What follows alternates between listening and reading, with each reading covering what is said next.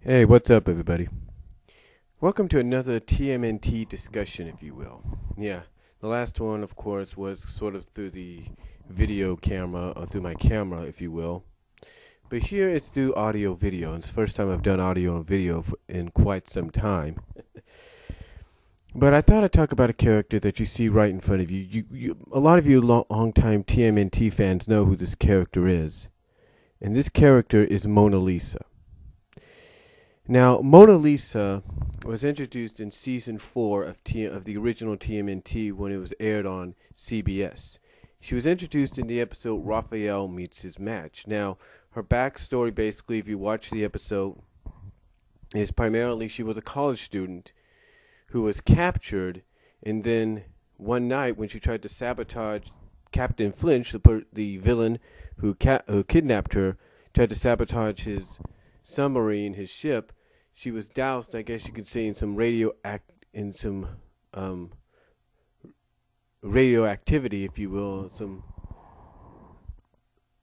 radioactive stuff or whatever, something that caused her to basically mutate into a female lizard.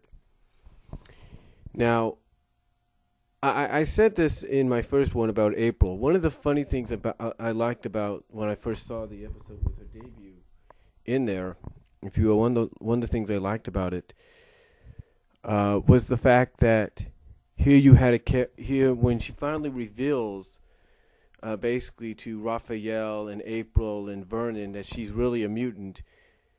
You know, again, it still cracks me up when April's reaction is when she finally says, when she finally tells everybody, I'm afraid this is not a costume. I really am a mutant. And April's reaction is like, "You're what?"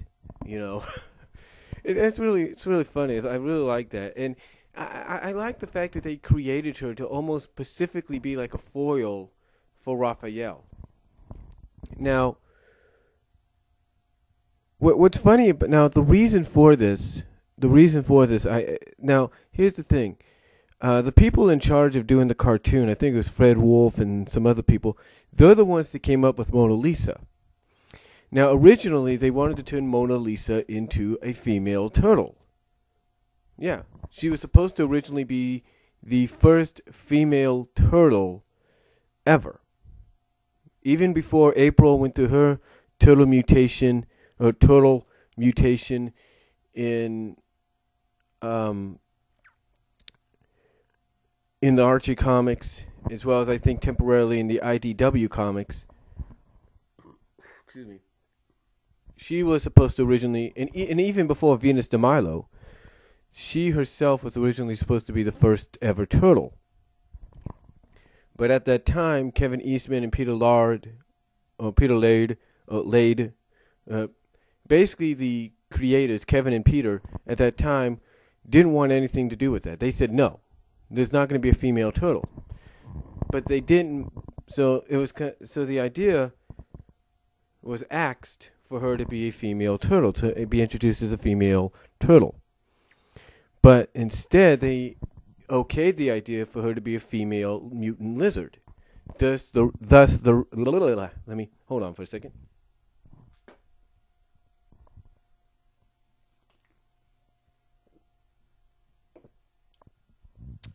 Get some Dr. Pepper there. But like I said, basically they axed the idea on her being the first female turtle, and instead okayed the idea for her to be a female lizard. Thus, the reason you didn't see no amphibian or anything around her, even though some fans would be like, okay, well, we didn't see no amphibian. How in the world did she become a lizard? Well, you can probably look at the case of the fact that she was doused in all that radioactive chemicals and all that, and being dumped into the sea when it happened, thus being around that sea life is what caused it. Caused her to basically take on the more natural form of a lizard, of an amphibian lizard.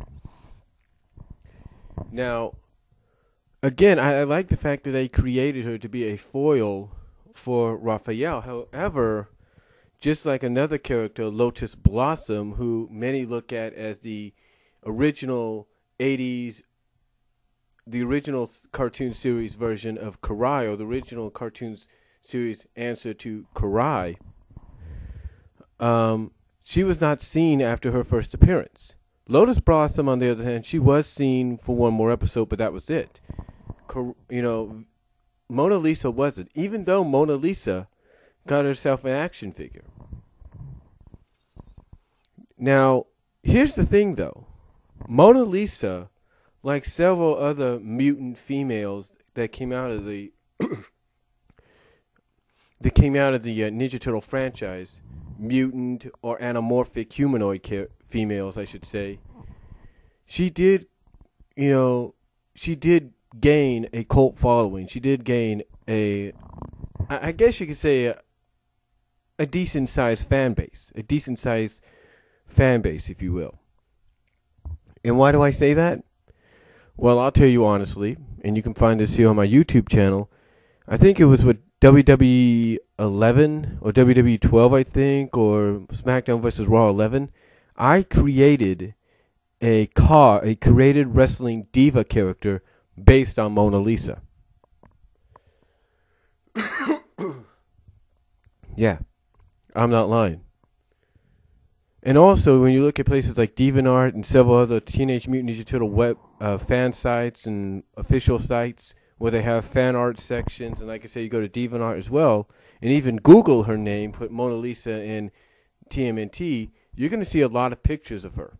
You're going to see a lot of fan-created pictures. You're going to see some fan fiction stories that involve her along with other female characters in the Ninja Turtle universe.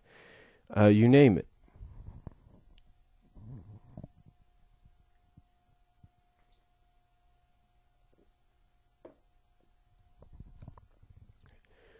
So, again, she, retained quite the following, not the cult following, but quite the fan-based Turtle following, if you will, for a character. Now, here's however, even though she didn't return after her only appearance in season 4, here's a little bit of trivia. Now, I'm not sure if this is 100% true or not, but according to Turtlepedia, which is the Wikipedia for the Ninja Turtle fans, where I basically read off the information about the fact that Kevin and Peter had axed the idea of her being a female turtle, but instead okayed her being an amphibian lizard. I don't know if they added this on as well or not. I don't know if this was Kevin and Peter that added this on, or it was just they got this from some source. But according to her web page, according to her page at the Turtlepedia, she was originally scheduled to come back after season 8.